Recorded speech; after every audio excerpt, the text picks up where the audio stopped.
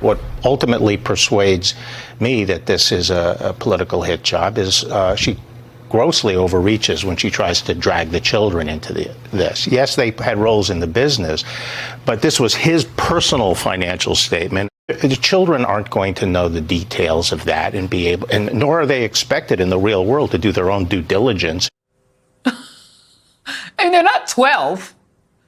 And as an actual attorney general, Tish James, laid out in her civil suit as executive vice presidents, these three quote unquote children who are grown adults in their 40s were intimately involved in the operation of the Trump Organization's business. They were aware of the true financial performance of the company. Indeed, the Trump Organization took extensive steps to keep them all up to date on the company's operations. Back with me, Tristan Snell, Talib Farhadi and Weinstein, Charles Coleman, and David Fairnhold. And I promised to go to you first, David, but give me just from your reporting and understanding of how this organization worked.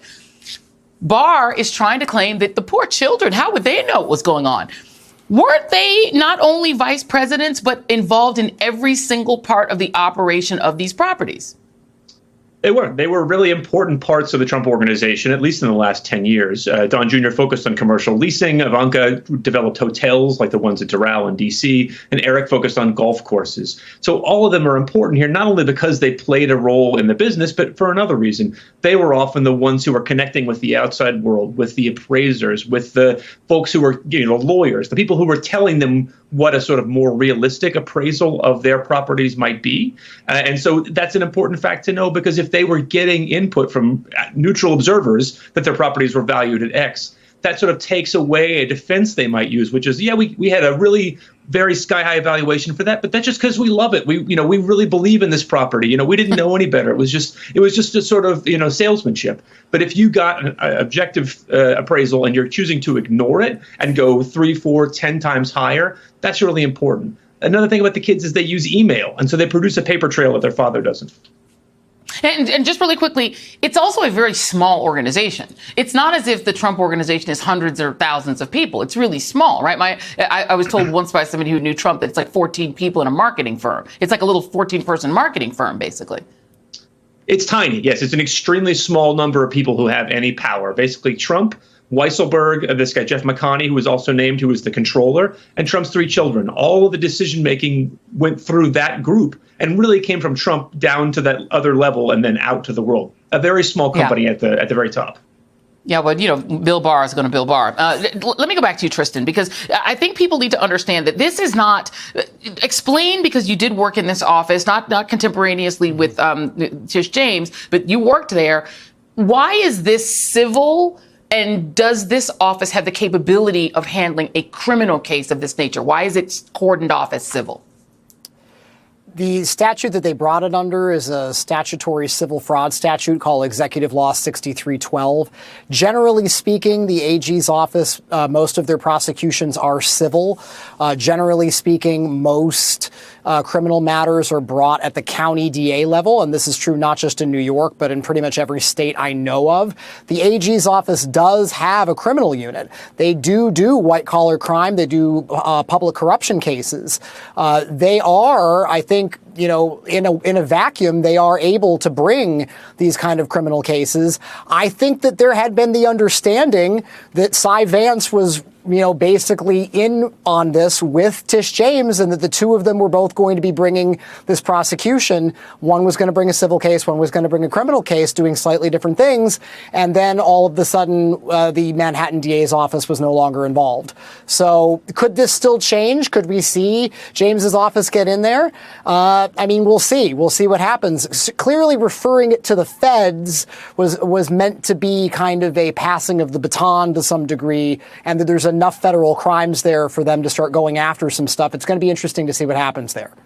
It's very interesting. And Charles, I'll ask you that question. It does feel like a message sort of to go around at the Alvin Bragg office, the former Cy Vance office, because again, Cy Vance was in office a really long time and did nothing about what we knew Trump was doing. What's left now for the Manhattan DA to do, since he didn't seem to do anything before?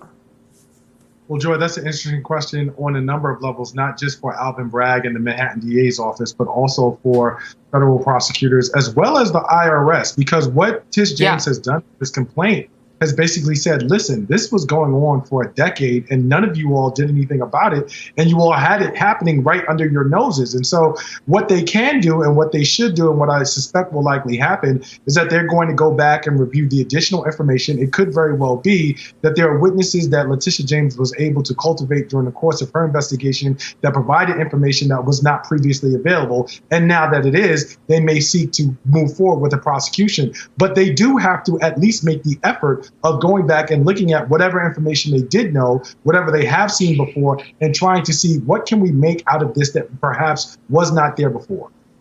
Yeah, and Tali, then that brings us to the place, your shop you worked at. You clerked for Merrick Garland.